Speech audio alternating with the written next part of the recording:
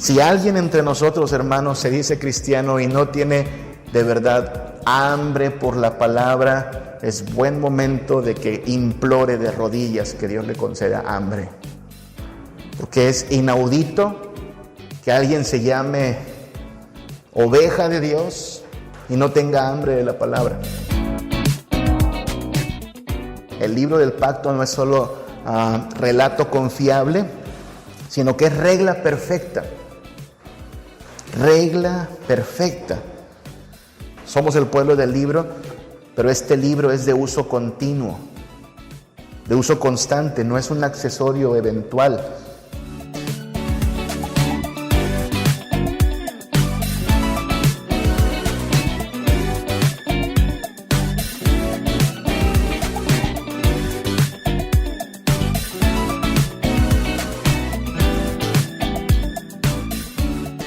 Entonces, ¿cómo este libro nos va a guiar como pueblo del pacto? Bueno, recordemos, las Escrituras nos guían a la santidad.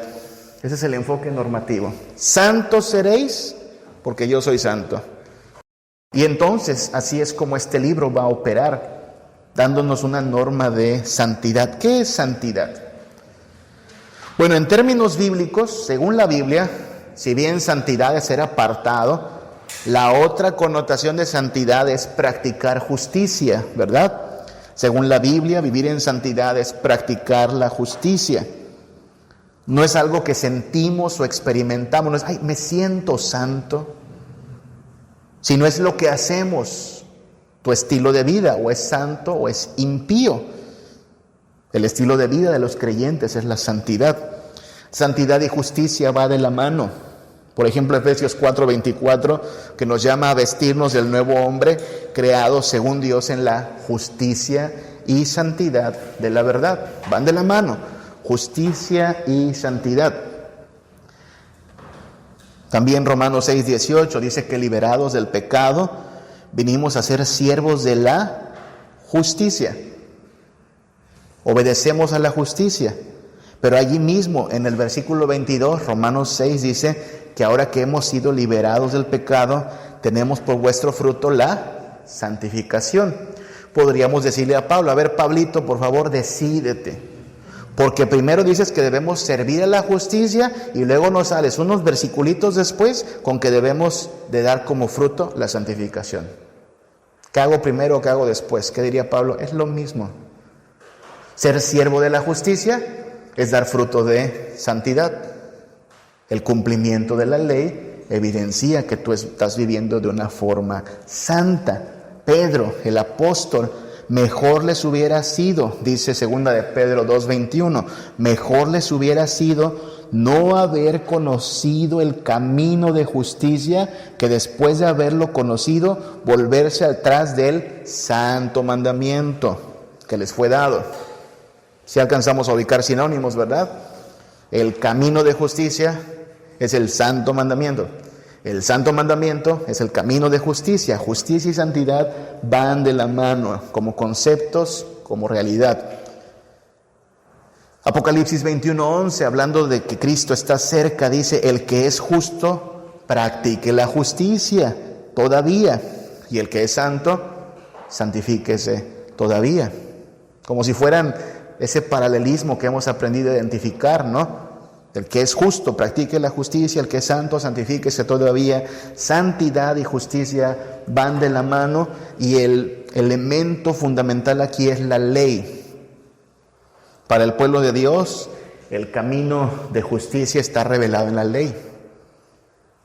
Dios, que es justo, nos revela la ley como la norma de justicia.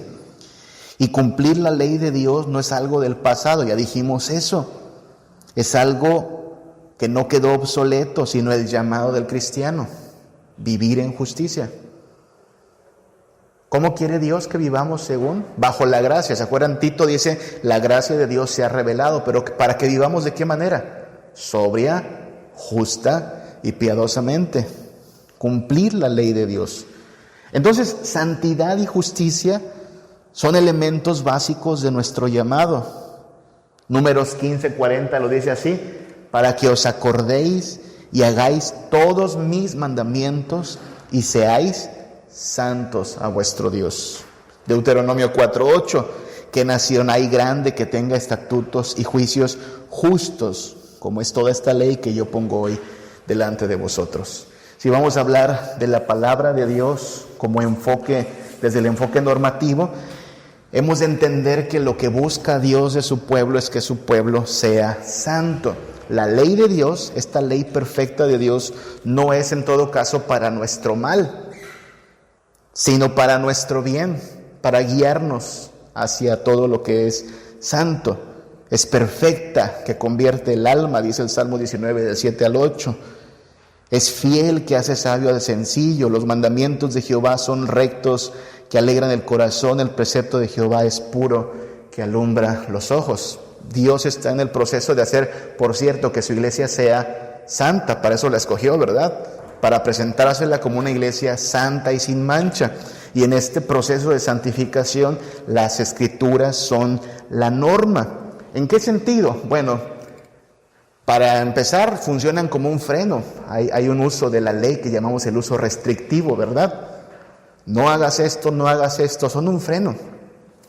Muy útil, porque nos muestran todo lo que no agrada a Dios. ¿Se acuerdan lo que deben hacer los que amamos a Jehová? Los que amáis al Señor, aborreced el mal. Así es que qué bueno que la palabra de Dios nos ponga límite. La palabra de Dios en este enfoque normativo también ha de servir como espejo. Eso dice Westminster, ¿verdad? Nos tiene que sacar de nosotros mismos, de este ego megalomaniático donde somos lindas criaturas, perfectas, buenas, luchonas, empoderadas. Dice, no. Miserable criatura, pecador, corrompido, bajo maldición, camino al infierno. ¿Se acuerdan que decía Martín Lutero? Me miré a mí mismo y vi imposible salvarme. Miré a Cristo y vi imposible perderme. Este libro como norma es norma incluso para mirarme a mí mismo, para examinarme a mí mismo y descubrir que mi condición es una condición desesperada. Y entonces sirve como medicina. Una vez que me doy cuenta de mi grave mal, de mi terrible condición de caído, pecador condenado, me ofrece lo único que ha ofrecido Dios para salvación: a Cristo. Eso dice Westminster, ¿verdad? Nos saca de nosotros mismos y nos ilustra con el conocimiento de Cristo, y podemos entonces en Cristo encontrar salvación. Esta es la norma. ¿Por qué ponemos esto en normativo? Porque esta fue la forma en que Dios dispuso que seríamos salvos. No hay otra. En ningún otro hay redención, en ningún otro hay salvación. Por eso el mensaje central y el personaje central de las Escrituras es Cristo. Todo trata de Él, todo gira alrededor de Él. No hay otro mediador entre Dios y los hombres. Esta es la norma. Ahora, esta misma palabra de Dios nos muestra desde una perspectiva existencial por dónde tenemos que andar. Las Escrituras son las que sustentan al pueblo de Dios, nos guían a la santidad, pero sustentan al pueblo de Dios. Y aquí hay que hablar de una situación más. Westminster, pregunta 157, Catecismo Mayor: ¿cómo deben leerse la palabra de Dios? Las Santas Escrituras deben leerse con estimación alta y reverente de valor de ellas, con la persuasión firme de que son la verdadera palabra de Dios y que solo Él puede capacitarnos para entenderlas, con el deseo, ¿sí?, de conocer, creer y obedecer la voluntad de Dios revelada en ellas, con diligencia y atención tanto al contenido como a la extensión, es decir, en qué asuntos tiene implicaciones esto, con meditación, aplicación, abnegación y oración. En estas partes me parece que los credos se vuelven hasta muy devocionales, ¿no? Así deberíamos leer las Escrituras, con necesidad, o, hablando en términos más sencillos, con dependencia. Recuerden que la revelación de Dios no surge su necesidad a partir de la caída. No. Necesitamos la revelación a Dios no por ser criaturas caídas, sino por ser criaturas. Desde la creación necesitábamos la revelación de Dios. Si no hubiese ocurrido la caída, hermanos, necesitaríamos de todos modos que Dios nos revelara cuál es su voluntad. Y a lo mejor nos habría dicho, pero estamos especulando, ¿no? Pero nos habría dicho qué somos, y nos contaría historias y no sé cuánto más. Necesitamos revelación de Dios, dependemos de la revelación de Dios. Este es el alto valor que tiene, por eso debe ser leída con alta estima la Biblia. Hermanos, me temo que nos falta eso como iglesia también. Estimar la Biblia. O sea, cuando usted no estima el tener este libro como algo importante, algo falta en nuestro entendimiento. Cuando no se estima el momento de la predicación en el templo, en el día de la congregación, algo anda mal. O sea, cuando lamentas que el sermón se extienda unos cuantos minutos más y de pronto el sermón tenga, no sé, 10 minutos más. Ay, ya se tardó el pastor mucho. Cuando se le pide al pastor que por favor limite cuánto nos habla un sermón de 15 minutos, ¿en serio? 15 minutos de sermón. Alguien no está valorando la exposición de las Escrituras, alguien no está valorando la revelación de Dios, pero el pueblo de Dios depende de esta revelación. Dios nos ha dado su ley como guía. Sin ella estaríamos perdidos y sin referente para la vida. Salmo 119, 33 es un clamor, ¿no? Enséñame Jehová el camino de tus estatutos, versículos 33 al 36, ¿no? Y lo guardaré hasta el fin, dame entendimiento y guardaré tu ley, la cumpliré de todo corazón. Guíame por la senda de tus mandamientos, porque en ella tengo mi voluntad. Lo deseo, lo anhelo, lo necesito. Y en ese sentido podemos hablar de algunas analogías, ¿no? La palabra es pan, ya lo dijimos con referencia en Números, ¿no? No solo de pan vivirá el hombre, sino de toda palabra que sale de la boca de Dios. La palabra es pan, nutre, sacia al pueblo del pacto. La palabra de Dios es linterna, lámpara a nuestros pies, lumbrera a nuestro caminar. No es una opción. O sea, cuando llega la noche y andas manejando, no es opcional prender las luces, ¿no? Es necesario. Sin ellas acabarás mal, es necesario. Por eso lo ponemos en el enfoque existencial. Necesitamos ser nutridos por la palabra, necesitamos ser guiados por la palabra. Finalmente, en el enfoque situacional, lo que hacen las Escrituras es que demandan integridad. Porque recuerden, una cosa es declarar con tu boca algo. Puedes repetir de memoria el Salmo 23, Jehová es mi pastor, nada me faltará. O el credo, creo en Dios Padre Todopoderoso. Pero ¿por qué hay gente que también cree que le hacen mal de ojo? ¿Sí? Es que la vecina es bruja. ¿Y qué? ¿Te puede hacer mal de ojo? No es cierto. Creo en Dios Padre Todopoderoso. Y el Señor es mi pastor.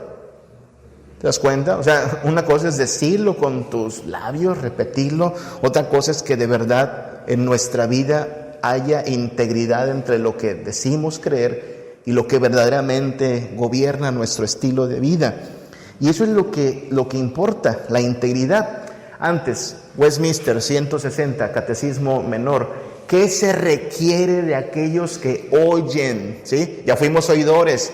Ya el pastor predicó, ya leímos las Escrituras. ¿Qué se requiere de aquellos que oyen la palabra predicada? De aquellos que oyen la palabra predicada se requiere que la atiendan así, con diligencia, preparación y oración, que comprueben como buenos bereanos, que comprueben lo que oyen con las Escrituras y que reciban la verdad con fe, amor, mansedumbre, prontitud de ánimo, como la palabra de Dios, meditando y conferenciando, incluso hablando sobre ella, guardando en el corazón, manifestando los frutos de ella. ¿Dónde?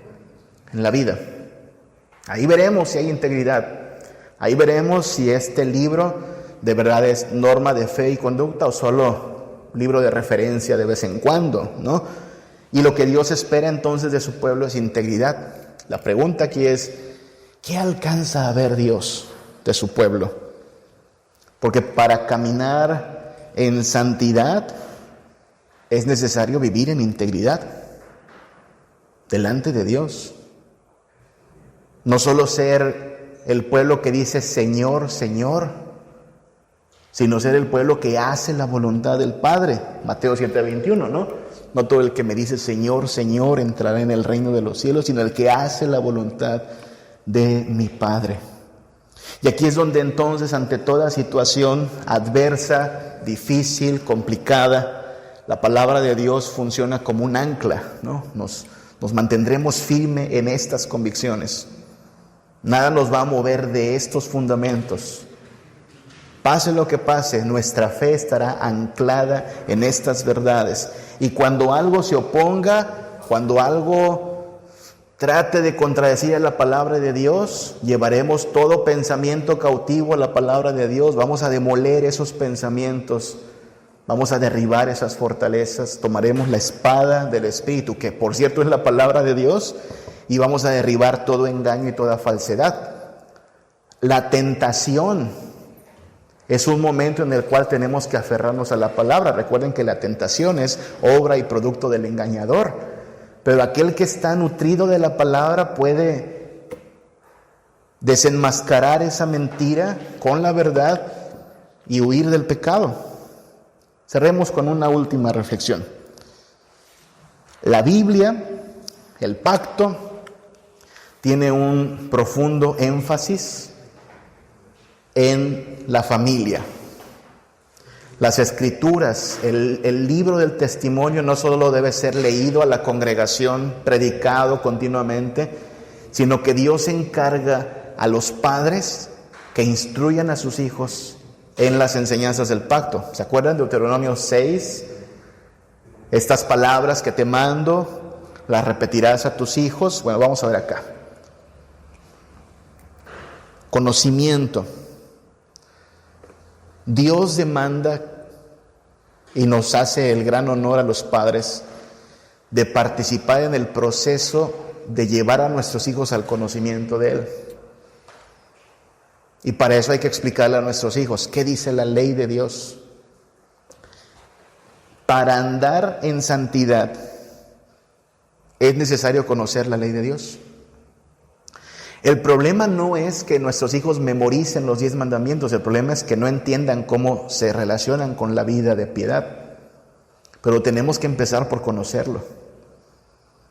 Deuteronomio 6, 6 al 7, estas palabras que te mando hoy estarán sobre tu corazón, las repetirás a tus hijos y hablarás de ellas estando en tu casa y andando en el camino y al acostarte y cuando te levantes. Y mira lo que dice acerca del rey. Hay normas hasta para el rey. Deuteronomio 18, del 18 al 19.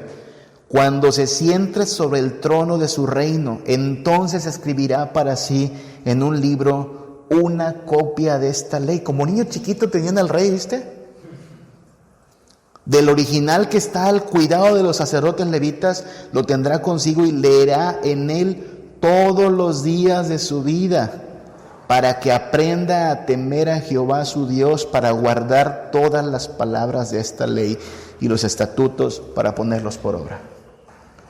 En Israel, desde el niño más pequeñito en su casa hasta el rey en su trono, tenían que estar enterados de esto. Aquí manda Dios. Aquí nos sometemos a su ley. No se hace lo que tú quieres. Somos el pueblo del pacto y nos sometemos al Señor del pacto. Es muy importante eso porque hablamos de este nivel de apego a las Escrituras. No habrá un solo momento en que el creyente pueda decir, ya me las puedo arreglar solo. No, apego al libro. Todo el tiempo necesitaremos apego al libro. Y como el cristianismo es una religión de pacto y su entorno básico de enseñanza, de celebración y de operación es el hogar, luego entonces no podemos hablar de pacto sin entender que la familia es parte importante de la dinámica del pacto. Así es como entendemos incluso la historia, ¿no? Pensemos un poquito en el enfoque del cual estamos hablando. Vamos a considerar las 4 vertientes que hemos visto en algunos cursos, ¿verdad? Ya se las saben: drama, doctrina, doxología, discipulado. Cada familia tiene su historia, ¿no? Su drama. Pero es importante que en casa los hijos, la familia entienda que somos parte de un drama mayor. La historia del pacto es una narración de cómo Dios decidió tener compasión de un hombre precisamente sin familia, Abraham, y de él levantó una gran descendencia, bendiciendo en sus descendientes a todas las familias de la tierra. ¿Se acuerdan de esa promesa? Serán benditas en ti todas las familias de la tierra. Así es que al instruir a nuestros hijos acerca de la ley de Dios, hemos de decirles: hijos, esta historia es muy antigua. La historia de la familia, mi familia, Hernández May, se remonta hasta Abraham. Dios tuvo compasión de un donadie llamado Abraham y ha venido ocurriendo toda una sucesión de misericordia. Y aquí estamos. Esto pasaba en Israel, ¿verdad? Cada vez que había oportunidad le contaban la historia. Nosotros éramos esclavos, hijo. Nosotros pasamos tiempo en Egipto, pero Dios nos liberó, Dios nos rescató. La historia es enseñanza. La historia muestra al Dios del pacto obrando a favor de su pueblo en todas las épocas. Enseñanza tiene que ver con doctrina. Sí, la doctrina tiene que ser enseñada. Y en Israel la familia sería el entorno en el cual las amonestaciones, los mandamientos, las promesas del pacto serían enseñadas de parte de padres a hijos. Como dice Deuteronomio 6, estas palabras las repetirás a tus hijos. Dios dijo que no, hijo. Dios dice que así se hace. ¿Por qué hacemos esto, papá?, pregunta el hijo, ¿no? En la Pascua. Lo hacemos esto porque Dios estableció esto y aquello. Es enseñanza continua, es homeschool desde el Antiguo Testamento, ¿no? La enseñanza del pacto, la doctrina del pacto. Estos son los estatutos, hijo. Los cumplimos, nos va bien. Y cada vez que los hemos quebrantado, el Señor nos ha recordado quién manda en este pacto, quién es el benefactor, quiénes son los beneficiarios. Es en la familia donde empieza la instrucción doxológica. ¿Se acuerdan que el pueblo de Israel era bien fiestero? Lo vimos en la primera sesión, fiestas todo el tiempo. Una que semanalmente se guardaba en familia, de hecho, el Sabbat. Y luego papá le pide a su hijo que lo acompañe a llevar el cordero de Pascua. Generalmente iba padre e hijo a preparar, a degollar y regresar a la casa para que la mamá o quien sea lo prepare para comer. Y esa noche va a haber comida en familia. Sería en el entorno familiar donde se celebrarían las festividades y rituales del pacto. Notan cómo las instrucciones de las fiestas dicen tú y tu hijo. ¿Notan eso? Y harán esto tú y tu hijo y todo aquel que esté en tu casa. Y aún hasta el esclavo también es parte de la familia. Denle de comer tacos de carnita. ¿Y por qué hacemos esto? Porque estamos alabando al Dios del pacto que nos liberó, que nos dio salvación. Entonces en casa es donde comienza la educación doxológica. Fíjate, no había que ir al seminario para aprender esto de teología. En casa entiendes el drama, en casa eres adoctrinado, en casa aprendes a adorar al Dios del pacto, en casa eres discipulado continuamente a través de entender que las bendiciones vienen por una vida de obediencia al pacto. Es en el contexto familiar en que se verán manifestadas la bendición por la obediencia al pacto sobre los hijos, sobre los bienes, sobre las generaciones. Deuteronomio 28 lo dice, ¿no? Acontecerá que si eres fiel, vendrán todas estas bendiciones sobre ti y te alcanzarán. Fíjate qué importante es esto. En un hogar del pacto no hay lugar para la arrogancia. Tuvimos más dinero este mes. Es que papá, tienes un papá muy bueno y abusado para los negocios, hijo. No, misericordioso ha sido nuestro Dios. No nos hemos enfermado. Es que tienes buenos genes, hijo. No, Dios es misericordioso. Hemos sido fieles al pacto y Él ha dado bendición sobre la alacena, sobre el negocio, sobre tu salud. Y eso es lo que le decimos al mundo. Este es el Dios de bendición. Yo lo digo cada vez con más frecuencia, hermanos, como un desafío. Si alguien conoce un Dios que bendiga más que este, si alguien conoce un Dios que sea mejor benefactor que este, preséntanoslo y hoy mismo dejamos al Dios del pacto por ese Dios que usted nos presente. Porque de tonto seguimos a un Dios inferior, ¿no? Si alguien nos presenta un Dios que bendiga más que esto, iremos tras Él. Pero no lo hay. Y en este mismo sentido el discipulado es un desafío al mundo, al pagano, al incrédulo. Has andado con esas falsas creencias, has andado con esos falsos dioses. ¿Qué bien han traído sobre ti? Nada. ¿Por qué no venir al Dios de bondad, al Dios que bendice a manos llenas, misericordiosamente, sacrificialmente, benefactoramente? Eso es lo que le decimos al mundo. No hay nación como esta que tenga un Dios tan cercano, tan bueno, tan misericordioso. Siempre en el contexto de la familia, ¿se dan cuenta? Porque le toca a la familia cristiana, familia del pacto finalmente, no solo repetir los 10 mandamientos, sino regirse por ellos. Ha de ser el anhelo del hogar cristiano que los miembros sean no solo oidores, sino hacedores de la palabra. Entonces, las Escrituras como norma suprema, suficiente, necesaria y clara regla de fe y conducta para el pueblo del pacto. Apego a las Escrituras.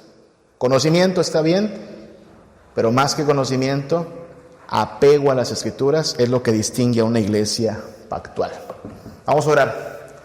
Gracias te damos, Señor, por haberte revelado a nosotros, por no habernos dejado en las tinieblas, perdidos y abandonados, por darnos la luz de tu palabra. Te pedimos que sea bien predicada cuando tu iglesia se congrega, atentamente escuchada por tu pueblo, obedientemente guardada en tus familias, Padre. Que amemos tu ley, que amemos tu palabra, que tengamos cada vez más hambre de tu verdad y que nutridos por ella seamos no solo oidores, sino también hacedores de tu voluntad. Te lo pedimos en el nombre de Cristo Jesús. Amén. Toma por favor mis manos, Señor, contigo quiero ir.